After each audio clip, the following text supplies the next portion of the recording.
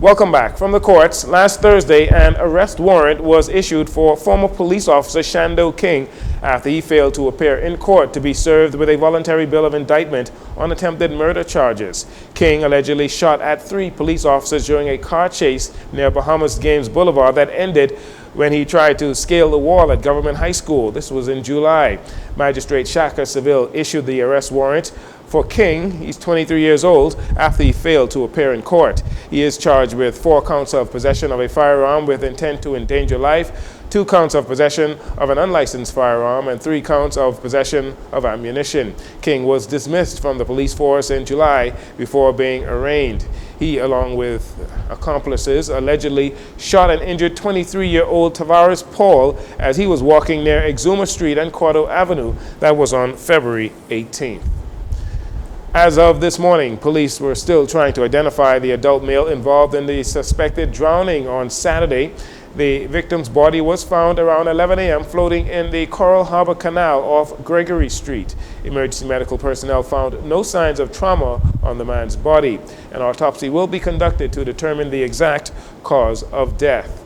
The police, they are seeking the public's assistance in identifying the person or individuals responsible for stealing an aircraft, a white, red, and blue striped 1986 Gulfstream No. 4, similar to the airplane shown in this photo. The stolen aircraft has a tail number of XASBT SN1017. It was taken from the Exuma International Airport on Sunday, September 8th. If you have any information about this theft or you see the aircraft, you are asked to contact the police immediately.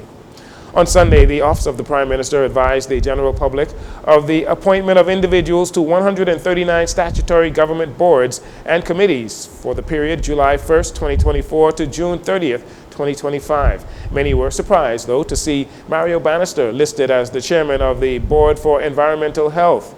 Mr. Bannister is currently on lockdown at the Bahamas Department of Corrections after being charged with conspiracy to commit murder and accessory after the fact in the brutal killing of Philip Adderley last month.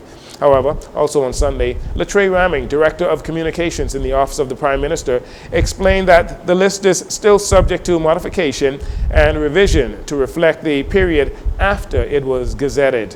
The revised list would most likely not include Bannister. Another major appointment was that of Christina Alston, who will head the Board of Directors for Bahamas Power and Light, replacing Pedro Roll, who was appointed in November of 2021. BPL's board, they will be under a lot of pressure to ensure the government's new partnership with Pike and Island Grid Solutions produces the desired results of reliable, more affordable energy. And finally, healthcare is very important to a developing community, and in the past, people living on family islands would have to travel to the capital for medical treatment. Well, the Davis administration is seeking to provide better medical facilities on the family islands to reduce the need to travel to the capital. Antonia Brown has more on a new clinic that is soon to open on Cat Island in this next report. During a presentation to the people of Cat Island last week, Minister of Health and Wellness Dr. Michael Darville says his ministry has plans for a new clinic in the settlement of Stevenson, Cat Island, well as other family islands. And we have plans for the construction of a clinic, which is the Stevenson Clinic here in Cat Island. We have a plan to construct a new clinic in Mangrove Key Andros, one in Palmetto Point, one in Black Point, one in Staniel Key, one in Moores Island, and one in Maguana. The ball is quickly rolling with the clinic's development, as Darville states that they are soon to be open to the public on the islands. All of these clinics are now coming to fruition to the point where we're actually presenting them to the various islands. We believe that the clinic meets the size and population growth for Cat Island and other direct foreign investment projects that will come to the island, and it will be a place of excellence where the residents of Cat Island can receive not just primary health care, but other essential services throughout north to south of Cat Island. Acting Director of Public Health, Dr. Philip Swan, says the goal of the clinic is to make things more accessible for island patients. He also spoke to the up-and-coming trainings for future staff. But at that point in time, we'll be trying to decrease the number of times you would have to go to Nassau for routine diagnostic services, as well as for persons who are presenting to the clinic with emergencies. They have the ability to rule out if there's any life-threatening illnesses before we have to go and pull the trigger for an air ambulance support. So these are some of the things that we're working. And the final thing I want to touch on that was also mentioned is staff training. We have at present, next week, we're actually having a training with our administrators in the Department of Public Health. And during part of that process, we're assessing where else we need to put administrators. I think Cat Island does not have a clinic administrator.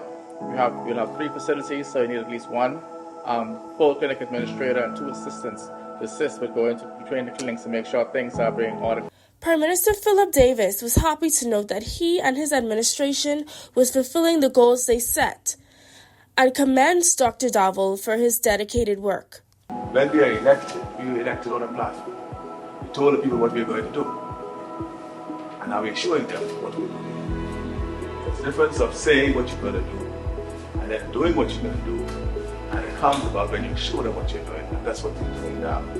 And in this instance, I commend my Minister of Health for taking up the baton and carrying it the way he's done. We've made tremendous stride and progress in the health infrastructure. I'm Tania Brown for Jcn News. Thank you so much for that report, Tania. Well, that'll do it for your JCN Evening News. Once again, I'm Jarino Saunders. Thank you so much for joining us. This segment of the news has been brought to you by Sun Oil Limited.